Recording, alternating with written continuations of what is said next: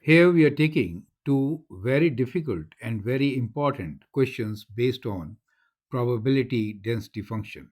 We'll go through derivatives and integrals to find the solution. Enjoy the journey of learning. The probability density function for a random variable x is given by f of x equals to cx e to the power of minus x, where x is between 0 and 1 and is 0 otherwise. Where c is a real number, find the value of c. So the basic concept is that the sum of these probabilities should be 1, and for that we need to do integration. So we'll see integration by parts and then solve this question. Great. Well, I am Anil Kumar. Welcome to my YouTube channel. This is where students share their problems and we provide them solution absolutely free. Now, let's look into the solution of this question. So the idea here is that we are given the probability distribution function, which is equal to c times e to the power of minus x, when x is between 0 and 1, both included, otherwise it is 0. Great.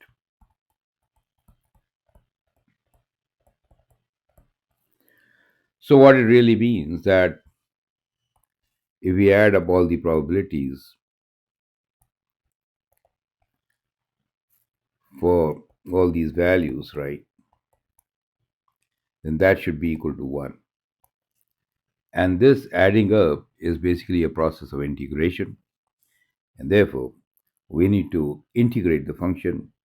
And as you know, it is from 0 to 1 that it has a value which is given by the expression cx e to the power minus x, otherwise it is 0. So we will do the integration from 0 to 1 and the function f of x dx. And this should be equal to 1. That's the basic concept. Now, when you want to integrate this kind of a function, so that will also remind you that, which type of integration can we do. So, integration by parts will be ideal, right? So, just to remind you, how do we do integration by part? Here is the formula. So, integration dv, if I want to do, then what we do is we kind of substitute split and then we have the formula integration by parts, which is uv integral v du. So that is the concept. So here, let me rewrite the function now. So we have the integral from 0 to 1, and the function is c x e times e to the power of minus x dx. So clearly, c is a constant, it can be taken outside, and now the substitution. So substitution, which is best, is that now e to the power of x is the last thing to be substituted, as its integral is very easy. Correct. So we'll treat u as x, correct, and dv part we'll keep to e to the power of minus x dx. Makes sense? So when u is x, then du is going to be dx. And integrating this, we get v equals to. Now here, it is minus of, right? So because this is e, so minus of e to the power of minus x. Right? That is what it is. And therefore, the integral of the expression which we have can now be written as c outside, correct? And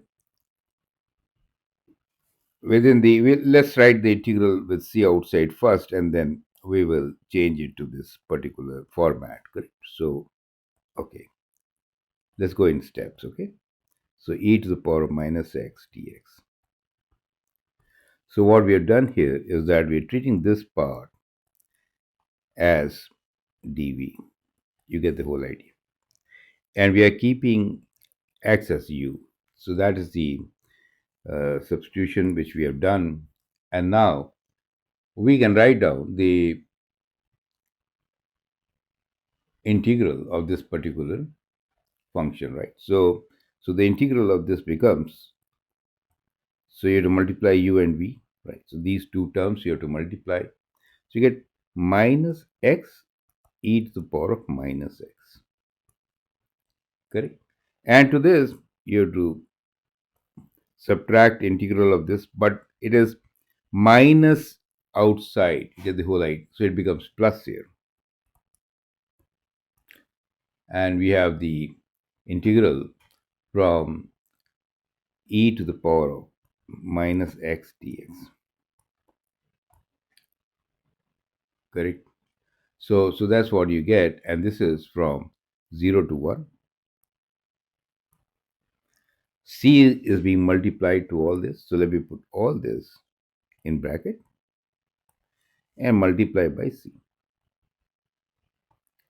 Is that clear to you? So now integral of e to the power minus x dx is very simple, and so it's kind of a very easy expression to work with, right? So what do you get? So what you get here is equal to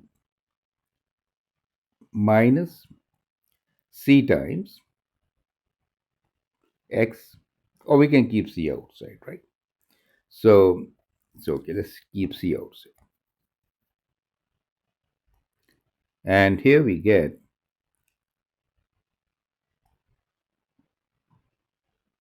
minus x e to the power of minus x, and the integral of this part is e to the power minus x minus sine, so minus e to the power of minus x. And this is from 0 to 1. Is that clear to you? And that should be equal to what? That should be equal to 1. Is that clear to you? So, that is how we are going to solve this. Perfect. Now we need to finally work on what we already have as a solution. So what we get here is c times. So we'll put 1 minus 1, right? So minus e to the power of minus 1 minus e to the power of minus 1. Let me write this bracket now. Correct. Minus 0 minus 1 equals to 1. Correct. So that gives you c times, so minus 2 e to the power of minus 1, I can put that in denominator, right? And this minus minus becomes plus 1 equals to 1. So taking e common, we get c e common minus 2 plus e, or c is equal to 1 over all this. So we can just flip and multiply, correct? So when you flip and multiply, you get e over minus 2 plus e. So that becomes the value for c. And so we can rewrite this as c equals to e over e minus 2. Make sense?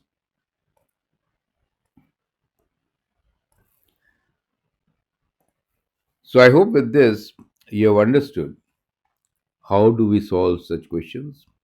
The strategy is to integrate the function from 0 to 1, right?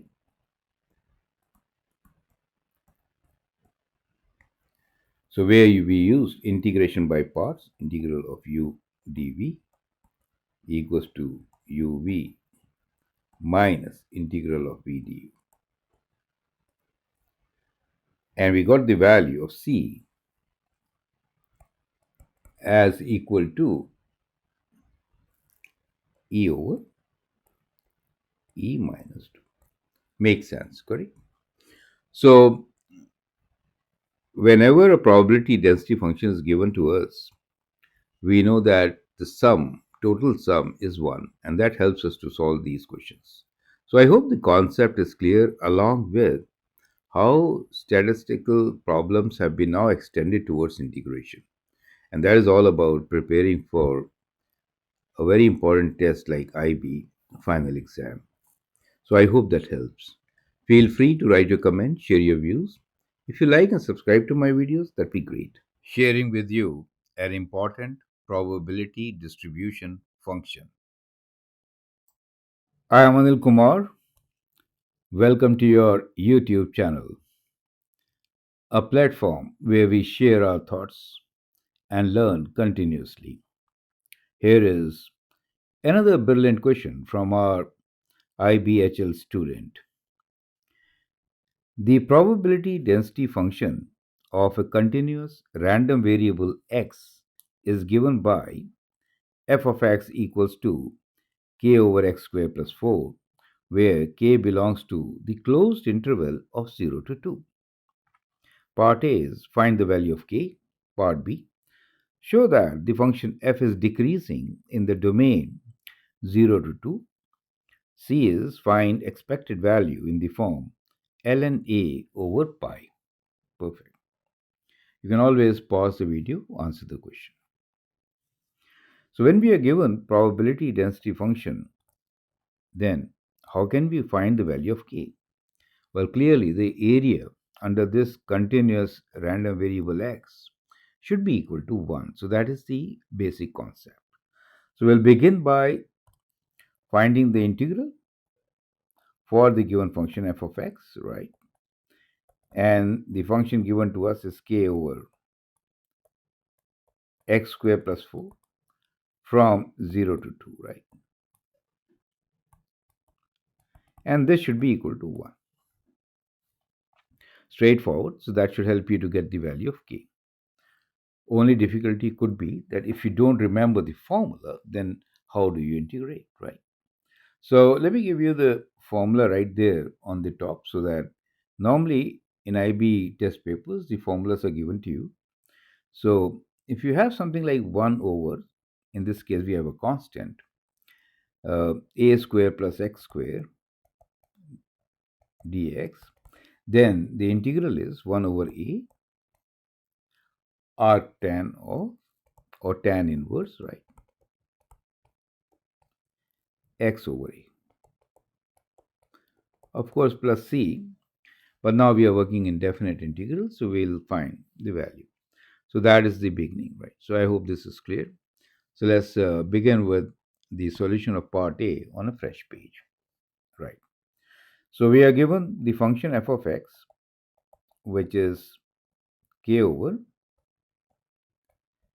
x squared plus 4. So as I said, since we want to find the value of k, and this is probability density function, and it's a continuous random variable given to us, then the integral should be 1. So the area under the curve, right? So f of x of this function, let me write 4 as 2 square, makes sense, right? Is given from 0 to 2 dx. That's what we want to find, right? And this should be equal to 1. So that should help us to find the answer. As we just saw, the formula for this, right? So we can write this as 1 over. Now k is a constant.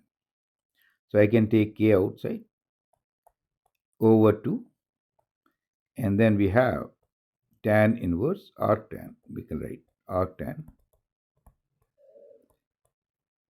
x over 2 from 0 to 2. Makes sense? So that is how we are going to get the value of k. So we get 1 equals to k over 2, and here we have arc tan. 2 by 2 is 1 minus arc tan 0. So 1 equals to k by 2 times, this is pi by 4, right, minus 0. So 1 equals to k pi by 8. Cross multiply to get the value of k, which is 8 by pi. So we get the value of k as 8 by pi. So that is how we will find the value of k. Now, since we are going to use this formula in coming parts of this question, let me rewrite the formula once again. So we just found that f of x is equal to 8 by pi times 1 over x square plus 4, and the interval being 0 to 2. Is that clear to you, right? So I hope this part is absolutely clear. Let's move on to the next part of the question. So k is 8 by pi. Part B of this question is to show that the function f is decreasing in the domain, right? So we just found the function f of x as k is 8 by pi, and rest of the function is 1 over x square plus 4, right? Interval 0 to 2. Perfect. So now we need to show that the function is decreasing in the closed interval 0 to 2. How will you do that part? Well, if the function is decreasing, we need to find the first derivative, right? And decreasing means it has to be less than 0, negative. So if the derivative is negative, then the function is decreasing. Perfect. So with that concept, let's move forward. So we have the function now, f of x equals to the constant 8 over pi times rational function x square plus 4. Right. Now, let's find the derivative of this function. So the derivative will be what? Constant 8 over pi, right? We can apply the quotient rule. So let me write the dx of 1 over x square plus 4. Right. So which is, let me write here. So the derivative of this function is 8 by pi. And we are going to apply the quotient rule on this. Denominator square. Now 1 derivative is 0, 0 minus 1 time derivative of x square plus 4, which is 2x. Open the bracket, so we get minus 16x over pi times x square plus 4 whole square, right? Now this is within the interval 0 to 2. So as you can see here, since the interval is from 0 to 2, x values are positive, right? So definitely this is less than 0. So we have shown that the derivative of the function is less than 0, and that implies that the function f is decreasing.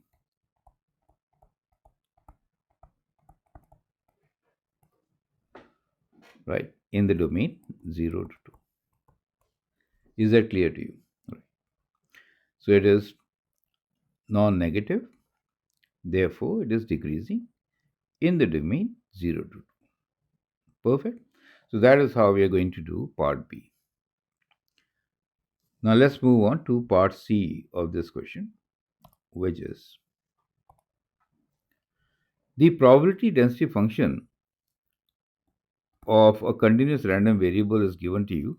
We just found k as 8 by pi. We need to find the expected value Ex or in the form ln x over pi.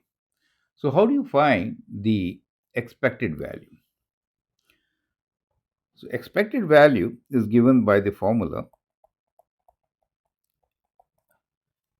integral from minus infinity to plus infinity of x times f of x dx, correct?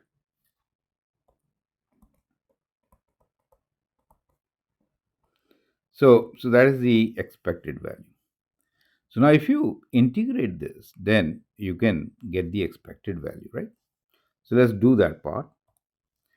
So expected value is from minus infinity to infinity x times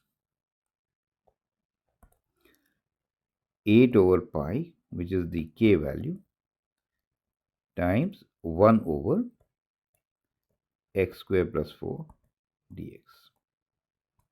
So I've kind of split it apart so that it's easier for us to visualize. So this is the integral which we want to find. And we have to write the answer in terms of log function, base e, ln. So that gives you a hint actually.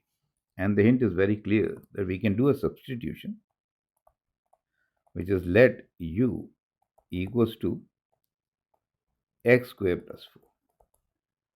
And therefore, that will give you du equals to 2x dx, correct? So that becomes the substitution for this integral. And now we can find the expected value. So expected value. Now we are given this interval is from 0 to 2. Correct?